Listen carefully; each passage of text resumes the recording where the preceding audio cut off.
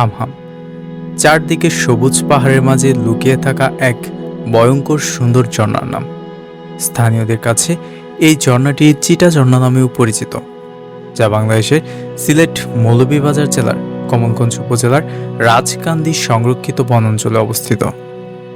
তবে খুব কাছ থেকে এই ঝর্ণার সৌন্দর্য উপভোগ করতে চাইলে আপনাকে পাড়ি দিতে হবে একটি ভয়ঙ্কর পথ। জায়গাগুলা কতটা নিচে আর কতটা খারাপ, ওরে বাবা।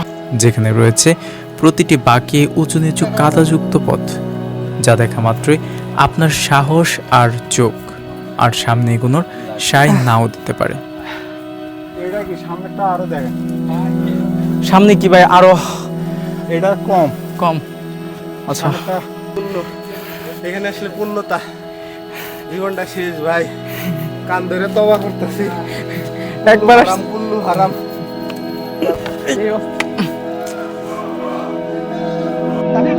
কাকি বাহ বাহ, বাইকে বর্তা খান গাজান। একবার চিন্তা করেন কতটুকু গভীর বন দিয়ে আমরা যাইতেছি। এখানে জাস্ট একটা মানুষ ঢুকতে পারে এরকম একটা রাস্তা, এর নিচে যে এটাও একটা গভীর খাদ। এতটা কষ্টের কোনো ট্রেকিং আছে দেখেন, জাস্ট বেশি কষ্ট হয়ে যায় মনে করেন আগে যদি বৃষ্টি হয়। মানসিকভাবে বা যারা ওরকম ট্রেকিং করে অভ্যস্ত না, হুট করে এই জায়গায় এসে পড়বেন না। আমার অনুরোধ রইল আপনাদের কাছে, দেখাইতে গেলে এই সম্পূর্ণ ও ও ভাই এটা কি ভাই, আমি এটা তো নামার সাহস পাইতেছি না। এমনকি বেশ কয়েকবার এই হামহাম ঝর্ণা সাময়িকভাবে পর্যটকদের জন্য বিপজ্জনক বলে বন্ধ ঘোষণা করা হয়েছিল। তবে এই ভয়ঙ্কর অ্যাডভেঞ্চার ট্রেকিং শুরু করার আগে আমাদের দিনটি শুরু হয়েছিল শ্রীমঙ্গলের সব থেকে সুন্দর চা বাগান নূরজাহান টি এস্টেট থেকে, যেখানে আমরা খুব কাছ থেকে উপভোগ করতে পেরেছি চা বাগানের এক শীতল স্নিগ্ধ রূপ, জানতে পেরেছি চা কর্মীদের সেই করুণ জীবন সম্পর্কে। এছাড়াও আমাদের একদিনের শ্রীমঙ্গল ভ্রমণে আরও ছিল বাংলাদেশের অন্যতম সুন্দর কৃত্রিম লেক মাধবপুর লেক, যেখানে দেখা পাওয়া যায় পাহাড়ের ঢলে লাল শাপলাদের প্রতিবিম্ব। তিন পাশে উঁচু টিলার মাঝে নির্মিত এই লেকের সৌন্দর্য, চা বাগানের মনোরম দৃশ্য ও হামহাম ঝর্ণার এক ভয়ঙ্কর ট্রেকিং অভিজ্ঞতার গল্প নিয়ে চলুন শুরু করি আমাদের আজকের ভ্রমণ গল্প, শ্রীমঙ্গলের একদিন। আমাদের এবারের যাত্রায় আমরা একটি নন এসি বাসে করে খুব ভোরে চলে আসি শ্রীমঙ্গলে, যার ভাড়া ঢাকা থেকে 750 টাকা। মধ্যরাতে শ্রীমঙ্গলে গাড়ি ঢুকতে শীতল বাতাস আপনাকে স্বাগতম জানাবে। খুব ভোরে বাসটি আপনাকে নামিয়ে দেবে শ্রীমঙ্গল বাজারে। আসসালামু আলাইকুম, চায়ের রাজধানী শ্রীমঙ্গল থেকে সবাইকে স্বাগত জানাচ্ছি। আমি আবির মাহিম, আর আমি এখন আছি শ্রীমঙ্গল বাজারে। আর এই বাজার থেকে মূলত সব সিএনজি প্লাস চাঁদের গাড়ি সবকিছু পাবেন এই শ্রীমঙ্গলের বিভিন্ন স্পটে যাওয়ার জন্য। আর সকাল 4টার দিকে বাস আমাদেরকে এই জায়গায় নামাই দিচ্ছি। আমরা ভোরের আলু ফোটার জন্য একটু ওয়েট করছি, এরপর আমরা 1600 টাকা একটা সিএনজি রিজার্ভ করছি। এই সিএনজিটা আমাদেরকে Nurjahan tea estate, Madhabpur lake, তারপর হামহাম ঝর্ণা এবং হামহাম ঝর্ণা শেষে যদি সময় পাই তাহলে লাওয়াছড়া জাতীয় উদ্যানে যাব। তো চলুন আমাদের দিনের আজকে প্রথম গন্তব্য নূরজাহান টি এস্টেটের উদ্দেশ্যে রওনা দিই। খালি খালি কেন ভাই? হ্যাঁ হ্যাঁ, পর্যটক মানে কি নাই নাকি আরো পরে থেকে শুরু হইব? এটা আরো পর থেকে শুরু হইব। ও মানে 8টা-9টার দিক থেকে নাকি? 9টার দিকে আরম্ভ হইব। ও আমরা অনেক আগে বাইরে হয়ে পড়ছি না? রাতে সকাল লাগছে। আচ্ছা, সকাল ঠিক 6টায় আমরা শ্রীমঙ্গলের বিভিন্ন স্পটে ঘোরার জন্য 1600 টাকার চুক্তিতে একটি সিএনজি রিজার্ভ করে নিই। তবে আপনারা 6 থেকে 10 জন হলে 3 থেকে 4,000 টাকায় চাঁদের গাড়ি রিজার্ভ করতে পারবেন। যাত্রাপথে টিবেলি রেস্টুরেন্ট থেকে জনপ্রতি 70 টাকার বিনিময়ে চিকেন খিচুড়ি ও 1 কাপ চা খেয়ে আমরা আবার রওনা দিই বাংলাদেশের অন্যতম সুন্দর চা বাগান নূরজাহান চা বাগানের উদ্দেশ্যে। শ্রীমঙ্গল শহর থেকে যার দূরত্ব মাত্র 11 কিলোমিটার, তবে এই 11 কিলোমিটার পথ যেন নিমিষেই ফুরিয়ে যাবে, কারণ বাস্তব অর্থে অসম্ভব সুন্দর কিছুর স্থায়িত্বকাল খুব কমই থাকে। শ্রীমঙ্গলে এই রাস্তাটুকু ঠিক তেমনটাই।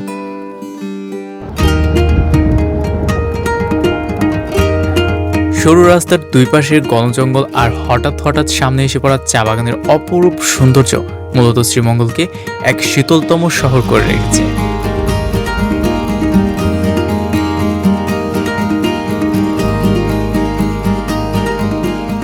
শহর থেকে প্রায় 10 কিলোমিটার দূরে নূরজাহান টি এস্টেট অবস্থিত। আর আমার পিছনে দেখতে পাচ্ছেন অসংখ্য বড় বড় টিলা, আর এই নূরজাহান টি এস্টেটের মূল আকর্ষণ মূলত এগুলোই। অন্যান্য যে চা বাগানগুলো আছে এগুলো মূলত সমান সমতলে বেশিরভাগগুলাই। আর এই নূরজাহান টি এস্টেটে অসংখ্য টিলা আছে, মানে পাহাড়ের মতো উঁচা নিচু। এটা যা দেখতে খুবই সুন্দর লাগে, খুবই সুন্দর লাগে। 19 শতকের দিকে যখন ব্রিটিশরা বাংলাদেশে আসে তখন তারা বুঝতে পারে এখানে যে এখানকার মাটি প্লাস আবহাওয়া তাদের জন্য চা চাষের উপযুক্ত মনে হয়, এবং তারা ওই সময় থেকে চা চাষ শুরু করে এবং বাণিজ্যিকভাবে ব্যাপক সফলতা পায়। সিলেটে অনেক বড় বড় আরও চা বাগান আছে, তবে সৌন্দর্যের দিক দিয়ে যদি আমরা বিবেচনা করি তাহলে এই নূরজাহান টি এস্টেট অন্যতম। প্রায় 210 হেক্টর জায়গা জুড়ে অবস্থিত এই নূরজাহান চা বাগান বাংলাদেশের অন্যতম বৃহৎ চা বাগান। দিগন্ত জোড়া সবুজ চা গাছ, পাহাড়ি ঢেউ আর নির্মল পরিবেশ মিলিয়ে এটি প্রকৃতি প্রেমীদের কাছে এক অনন্য আকর্ষণ।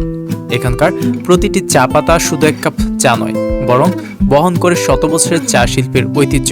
বিস্তীর্ণ সবুজ টিলা জুড়ে সারিবদ্ধ চা গাছ যেমন চোখ জুড়িয়ে দেয়, তেমনি এর ভিতরে প্রবেশ করলে মনে হয় আপনি এক সবুজ রাজ্যে চলে এসেছেন।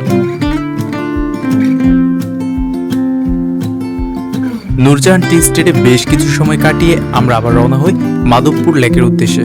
নূরজাহান চা বাগান থেকে যার দূরত্ব মাত্র 3 কিলোমিটার, তবে 3 কিলোমিটার রাস্তা জুড়েই চোখে পড়বে শুধু একের পর এক চা বাগান। অর্থাৎ এই পুরোটা পথ থাকবে চা বাগানের মাঝ দিয়ে, যেখানে দেখা মিলবে অসংখ্য চা কর্মীদের। তবে এদেরকে আমরা ভিডিওতে যতটা সুন্দরভাবে উপস্থাপন করি, ঠিক এর বিপরীতে তার চেয়ে কয়েক শত গুণ কষ্টে কাটে এদের জীবন। দৈনিক মজুরি 178 টাকার বিনিময়ে তাদের জীবিকা চলে। এদের দেখা মাত্র আপনারা কেউ নেমে তাদের কাজে বিঘ্ন ঘটাবেন না, আমি আশা করি। অন্যথায় এই চা কর্মীরা পর্যটকদের সাথে বেশি কথা বললে তাদেরকে চাকরিচ্যুতও করা হয়। চা বাগানের এই স্নিগ্ধতা অনুভব করতে করতে আমরা চলে আসি মাধবপুর লেকে, যেখানে আপনারা যতজনে আসেন মাধবপুর লেকে ঢোকার জন্য নেওয়া হবে মাত্র 30 টাকা।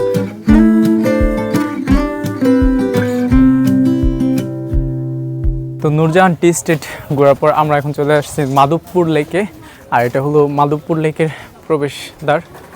9:46 বাজে সকাল, আর আমরা এই মাধবপুরের ভিতরে ঢুকতে একটা অসম্ভব সুন্দর ভিউ দেখতেছি। সামনে শাপলা ফুল, আর এর পারে ওই পাশে উঁচার টিলা আছে।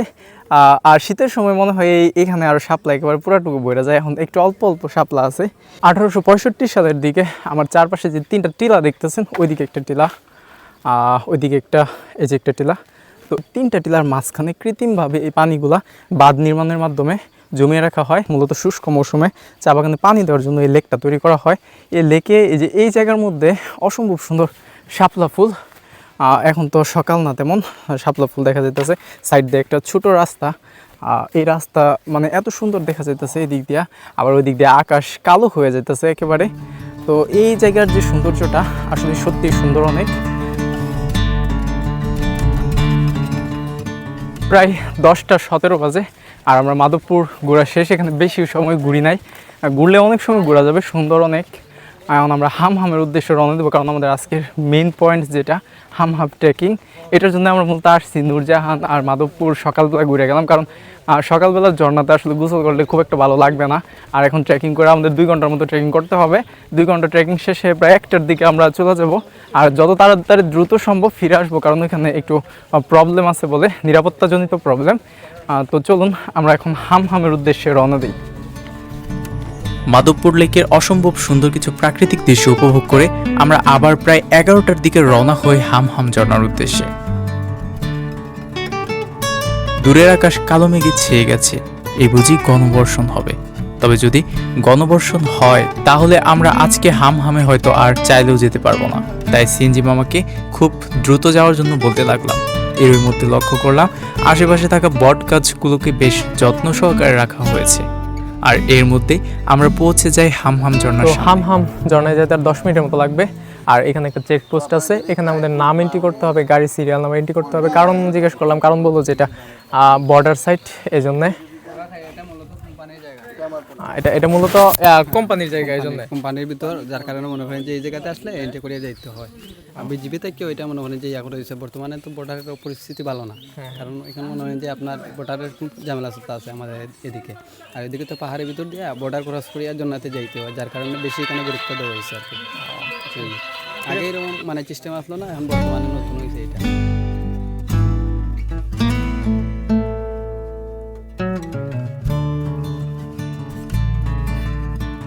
যেমন ব্রয়লার মুরগি ঝাল করে যেটা চা পাতা ভর্তা আলু ভর্তা ডাল ভাত থাকে আনলিমিটেড, এটা হলো 180 টাকার প্যাকেজ। এটা হলো ব্রয়লার। আবার এটার সাথে আপনার এই চা পাতা ভর্তা আলু ভর্তা ডাল ভাত সব থাকবে। লেয়ার যদি নেন 250 টাকা প্যাকেজ। দেশি হাঁস কিংবা দেশি মুরগ নেন 300 টাকা প্যাকেজ। একবারে ঘরোয়া পরিবেশে মানে মনে করবেন আপনি নিজের বাসায় খাইতেছেন পয়সা। মানে ডাল ভাত এগুলো ডাল unlimited? ভাত আনলিমিটেড থাকবে। আচ্ছা ডায়েট নিলে একদম ম্যাক্সিমাম 400 টাকা, মানে নিচে একবার Minimum? মিনিমাম 400, উপরে 1000-1200 হতে এদেরকে নাকি? এদের আপনার এদের অ্যাডভাইসের উপরে, ওদের অ্যাডভাইসের উপরে এবং ওদের আপনার ব্যবহারের উপরে। মানে আপনার সাথে যদি ওরা ভালো ব্যবহার করে আপনাদেরকে খুশি করলেন, আর না যা কন্ট্যাক্ট করলেন তাই দিলেন। এটা বিষয়টা এটা আপনি ঠিক বলছেন। জি। মানে আসলে মানুষের সাথে ব্যবহারটা ব্যবহারে ভালো। আমার ব্যবহার যদি আপনার ভালো লাগে, আপনি খাই আমাকে হয়তো 10 টাকা বেশি দিলেন, আমার ব্যবহার খারাপ লাগলে বলুন না, আমাদের আগে আরেকজন বলছে এই স্টপেজে যে খাবার খাবেন না, আমরা কথা বলি না, কারণ আপনাদের এই যে আপনার যে হাসি মুখ ভালো লাগতেছে, সত্যি কথা যেটা। আমি অর্ডার রাখছি 100 দেওয়ার জন্য অর্ডার রাখছি এই পর্যন্ত। নাম হলো মোহাম্মদ শাহ আলম মিয়া, আমার কন্ট্যাক্ট নাম্বার হলো 01788600575। ওকে, চেষ্টা করবেন জি, আসতে, জি। আমরা আপনাদের মেহমান, জি, জি, আপনারা এটাই, যখন এটাই, যাবেন জি। আপনারা আমাদের কাছে মেহমান জি, থাকবেন, এটাই, ঠিক আছে? এটাই, এটাই এটাই। টাকা আসলে বড় বিষয়। বড় বিষয়। হামহাম ঝর্ণা যাওয়ার আগে দুপুরে খাবারের জন্য আপনারা শাহ আলম মামার হামহাম রেস্টুরেন্ট থেকে অর্ডার করতে পারবেন। বাকিটুকু দেখবেন এই হামহাম ঝর্ণা থেকে আসার পর।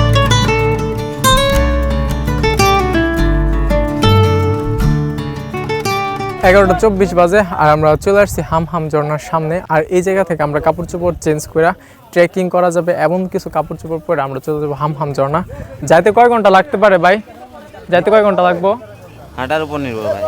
আর জুড়ে হাঁটলে? জুড়ে হাঁটলে 1 ঘন্টা। 1 ঘন্টা? আচ্ছা ঠিক আছে, আমরা জুড়েই হাঁটবো। জুড়ে না হাঁটলেও একটু মানে হাঁটার চেষ্টা করবো তাড়াতাড়ি, ঠিক আছে? আচ্ছা, এইখানে দোকান আছে, আপনারা অ্যাংলেট কিনতে পারবেন। কত করে দাদা এগুলা? 50 টাকা প্যাকেট। মানে ওইখানে তো জুতা মনে হয় ধুয়ে যাওয়াই ভালো হবে না? গাড়িতে থই দেওয়াটা ভালো। জুতা গাড়িতে ধুয়ে যাওয়া ভালো হবে, অ্যাংলেট পরে গেলে ভালো হবে। তো আমরা ওই দোকান থেকে অ্যাংলেট কিনলাম, যেরকম অ্যাংলেটটা খুবই প্রয়োজন, মানে ওইদিকে কাদা হয়ে যায়। হ্যাঁ, পায়ে স্লিপ হবে না। আর এখান থেকে চাইলে আপনারা বাঁশ নিতে পারেন। এই যেখানে ছোট ছোট আমরা বাঁশ নিয়েছে। ভাই কত করে? 10 টাকা করে। দাঁড়াও দাঁড়াও, আমরা কি মারামারি করাম? এত লাঠি নিয়ে কি করবো? দাঁড়াও, একটা লাগবো। আচ্ছা ঠিক আছে, কোনটা নেবো? এটা ডিজাইন করা অনেক সুন্দর। এটা ভাই কলা কেমনে? 20 টাকা। এগুলো কি কলা? এগুলা পাহাড়ি কলা। ও আচ্ছা, খায়া দিই কেমন লাগে? শহরে তো মেডিসিন দিয়ে পাকায়, এখানে হ্যাঁ। বিনা মেডিসিন। মেডিসিন নাই কোনো না? আচ্ছা, এটা তো ভালো লাগতেছে না। ওটা তো খাইছেন, কেমন লাগছে আঙ্কেল? ভালো, অনেক ভালো। কত করে? এই বেশি নিলে 20 টাকা দিই। চম্পা চম্পা আরো কম রাখো। নিছো কয়টা?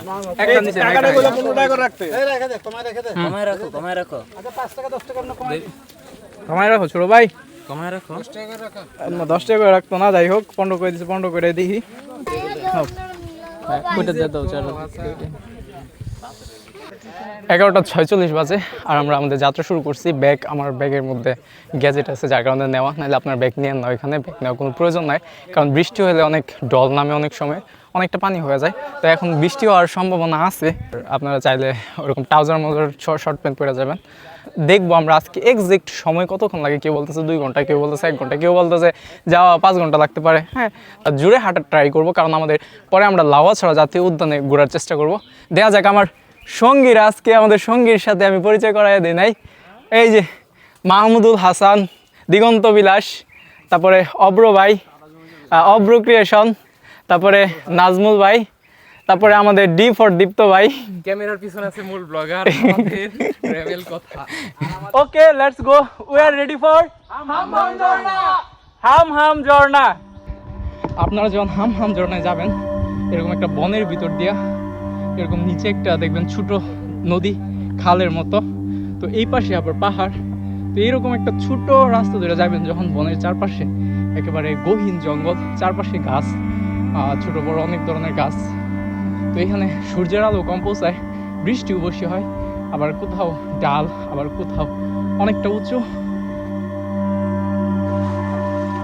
এত দুর্গম পাহাড়ে এর আগে আমার কখনোই আসা হয়নি।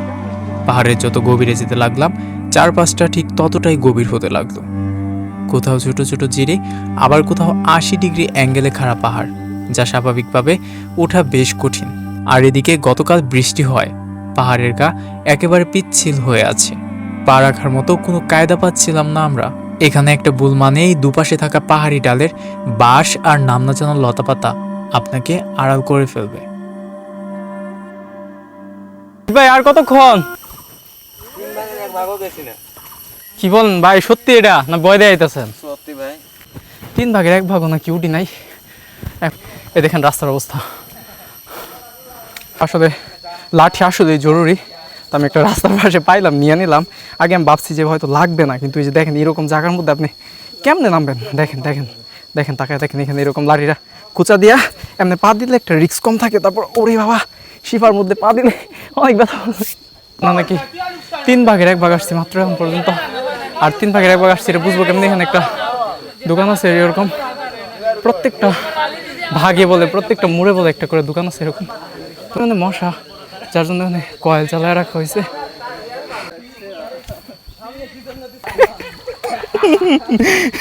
তবে গভীর বনে আসলে মানে আসলে মানুষ বাসা বুইলা যায়, মানুষ বিকৃত আচরণ করা শুরু করে।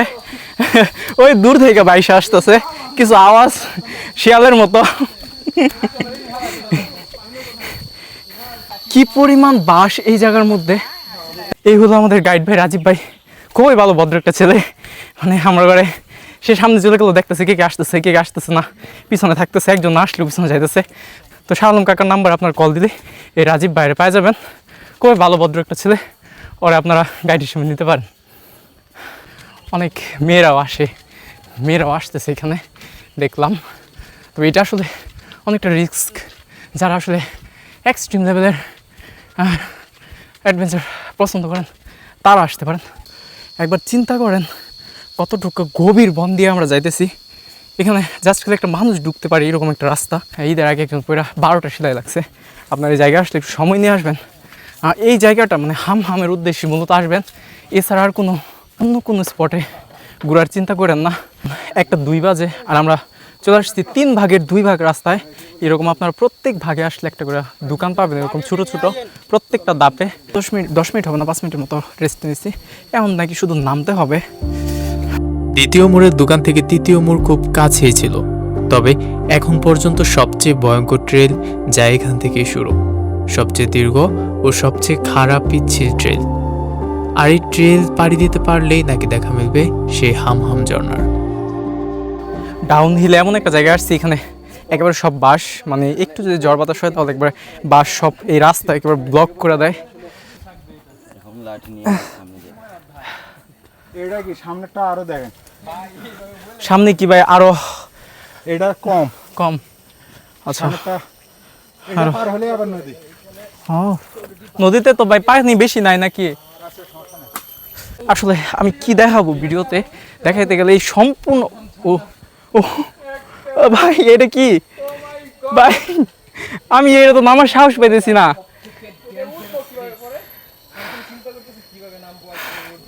আমি যতগুলো পিছলা খাইছি, পিছলা তো একেবারে নিচে যাওয়ার কথা, কিন্তু আমি একটা পূর্ণ এখানে আসলে পূর্ণতা, জীবনটা শেষ ভাই, কান ধরে তওবা করতেছি। একবার হারাম কুল্লু হারাম। তো আপু আপনাদের সাহস আছে বলতে হবে। সাহস নেই ভাই, অনেক কষ্ট করে গেছি, বাট আলহামদুলিল্লাহ অনেক যথেষ্ট পরিমাণ ঝর্ণা দেখার পর শান্তি লাগছে, মন পুরা পিওর ঠান্ডা হয়ে গেছে। ভাই কে জানি পড়ে আছে। যতটা নিচে নামতেছি পথ ততটাই কঠিন হইতেছে। দীপ্ত ভাই ভিডিও করা বাদ দিয়ে দিচ্ছে আমাদের গাইড ভাইয়ের কথায়। আসছেন হুট করে ঝুম বৃষ্টি শুরু হয়ে গেছে, আপনার অবস্থাটা কি হবে চিন্তা করেন জাস্ট একবার। এরকম দেখতে পাচ্ছেন, আসলে ক্যামেরাতে তো বোঝা যায় না, এটা 2D ডাইমেনশন মতো একটা। ওরে বাবা, উফ, মানে এতটা ডেঞ্জারাস, মানে কি বলবো যে আসলে ভিডিও এখানে আপনার যা আসবেন বা ভিডিও কেউ করেন না। দেখেন মানে আমি যে নামবো, দেখেন রাস্তাটা দেখেন জাস্ট, এখানে কোনো সিঁড়ি বা কোনো ইটমিট কিছু কীভাবে নিয়ে আসবে, এতটা উঁচু পথে ইট সিঁড়ি কীভাবে নিয়ে আসবে, এখানে একটা স্লিপ খাওয়া মানে মনে করেন দুর্ঘটনা ঘটা। এখন গাইড ভাই আমাদের গাইড দিছে, এতক্ষণ অনেক গাইড দিছে, অনেক চেষ্টা করছে, আমাদের সর্বোচ্চ চেষ্টা সে আমরা যেন কোনো দুর্ঘটনার কবলে না পড়ি। কিন্তু আশা করি যে আপনাদেরকে বুঝাইতে পারছি। এখন আমাদের ওইখান থেকে জিরির পথ শুরু হয়েছে। আমি আপনারা এরকম আমাদের ভিডিও দেখা পাগল হয়ে চলে আসবেন না, আসলে নিজের ফিজিক্যালি মেন্টালি প্রস্তুত করে তারপর আসার চেষ্টা করবেন। না হলে যেরকম জায়গার মধ্যে সমস্যা হয়ে যেতে পারে। কতটা খারাপ জায়গা, এই ভয়ঙ্কর একটা রাস্তা পাড়ি দিলাম। এর চেয়ে ভয়ঙ্কর ট্রেকিং ভাই আমি আমার লাইফে এখনো করি না। হাম ঝর্ণায় যেটা আছে এরকম তো বান্দরবানেও এরকম কোনো ট্রেকিং আমার মনে হয় না। তাই মনে করেন আঙ্কেল যদি বৃষ্টি হয় হ্যাঁ। আর বৃষ্টি যদি না হয় রাস্তা শুকনা থাকে তবে সহজ। আমরা তো আবার ভারী ভয়ঙ্কর বৃষ্টি হবে। হইলে আপনার যাওয়া সহজ হবে, কারণ এই ভারী হ্যাঁ, বৃষ্টি করলে প্যাকগুলা মাটিগুলো চলে যাবে দইয়া দিয়ে। সমস্যা নাই, যাদের স্ত্রীকে নিয়ে আসতে চান, যাদের খুরা পাওয়া আছে, কোনো অসুবিধা নাই। অনেকের খুরা পাওয়ার বউ আছে, খুরা পাওয়া এখন পায়ে গাইতে যাবে, কোনো বিচ্ছিল হবে না। খুরা পাওয়া বউ নিয়ে চলে আসবেন এইসব এলাকায়, কোনো সমস্যা নেই। আপনারা এই বয়সে আইসা কেমন লাগতেছে আপনাদের? ভালো ভালো, খুব ভালো লাগতেছে আমাদের। নতুন না, আমরা নিয়মিত আমরা বান্দরবনে যাই, খাগড়াছড়িতে নিয়মিত আমরা বছরে 2 বার 6 মাস অন্তর অন্তর আমরা ট্রেকিং করি। ডিসেম্বরে আমরা বান্দরবনে গিয়েছিলাম, সেখানে গভীর অরণ্যে 5 রাত ছিলাম। আজকে আবার 6 মাস অন্তর এখানে আসলাম, আবার নেক্সট ডিসেম্বরে আবার যাব। আমরা বয়স আমাদের দমায় রাখতে পারেন, আমাদের মনোবল অনেক উচ্চে। বয়স জাস্ট একটা সংখ্যা, ওনাদের দেখলে does not matter. আপনার কোথা থেকে আসছেন? মাদারপুর জেলা আইনজীবী সমিতি থেকে 10 জন আমরা উকিল আসছি, অ্যাডভোকেট আসছি, সবাই আমরা 10 জন। 2 ঘন্টার উপরে ট্রেকিং, একটা বিপজ্জনক ট্রেকিং ছিল, আপনারা দেখছেন। তো এই ট্রেকিং শেষে আমরা এরকম একটা জিরির সামনে আসছি, এই সামনে ঝর্ণা।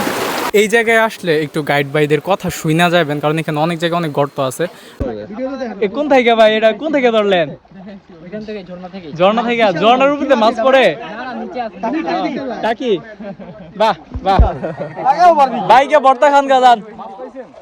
অবশেষে দীর্ঘ 2.5 ঘন্টা পর 11:45-এ আমরা রওনা দিয়েছিলাম এই হামের উদ্দেশ্যে। অবশেষে আমরা আসছি। হাম ঝর্ণার প্রচুর শব্দ হইতেছে, আর জাস্ট ভিউটা দেখেন, ওয়াও ভিউ, মাশাআল্লাহ মাশাআল্লাহ, আল্লাহু আকবার। দেখেন কত চমৎকার একটা সৃষ্টি, কত চমৎকার একটা।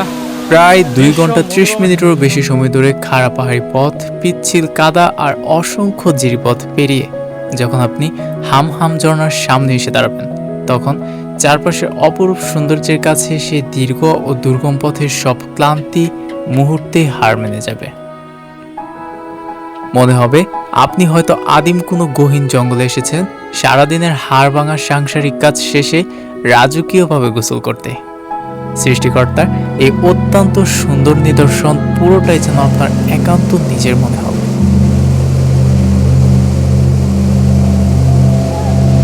হাম ঝর্ণাতে বেশ কিছু সময় কাটানোর পর আমরা অল্প অল্প করে টের পেলাম চারপাশটা কেমন যেন ঘন কালো হয়ে আসছে।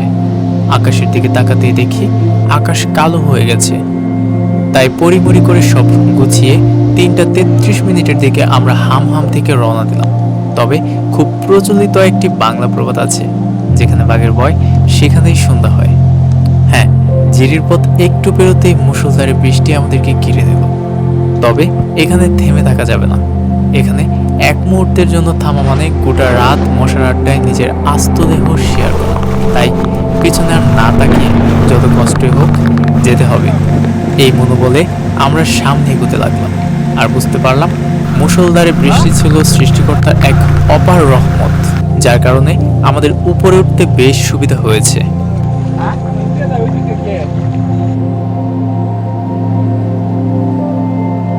আমি যদি আপনার পায়ের অবস্থাটা জাস্ট দেখে করে সাদা হয়ে গেছে, তো আজকে আর মনে হয় না যে লাওয়া ছড়া যাবো, কারণ লাওয়া ছড়া 6টার দিকে বন্ধ হয়ে যাওয়ার কিছু। মনে হচ্ছে সম্পূর্ণ ভিন্ন এক জগৎ পেরিয়ে স্বাভাবিক পৃথিবীতে ফিরে এসেছি। তবে এখন আর দেহ চলছে না। দুপুরের খাবার খাওয়া হয়নি, তাই আমরা দুপুরের খাবার খাওয়ার উদ্দেশ্যে চলে গেলাম শাহ আলম মামার হাম রেস্তোরাঁয়। নামি রেস্তোরাঁ হলেও খাবার খাওয়ার সময় মনে হচ্ছিল হয়তো পরিচিত কোনো আত্মীয়র বাড়িতে খাবার খাচ্ছি। ওনাদের ব্যবহার ও খাবার স্বাদ আমাকে মুগ্ধ করেছে। এটা হলো চা পাতার ভর্তা। এখানে আপনারা টিউবওয়েলও পাবেন, আবার কুয়া আছে। আপনার হাম থেকে আইসা এখানে গোসল করতে পারবেন। রাতের বাস 10:45-এ, তাই আমরা এর ফাঁকে শ্রীমঙ্গলের সেই বিখ্যাত 7 রঙের চায়ের এক আড্ডা বসাই। এটাও ছিল বেশ দারুণ। এই চা আমরা যেটা নিচ্ছি এটা 80 টাকা। অবশেষে এবার বিদায় নেওয়ার পালা। ভিডিওটি কেমন ছিল কমেন্টে জানাতে ভুলবেন না। দেখা হবে খুব শীঘ্রই আশা করি। আজকের মতো আল্লাহ হাফেজ।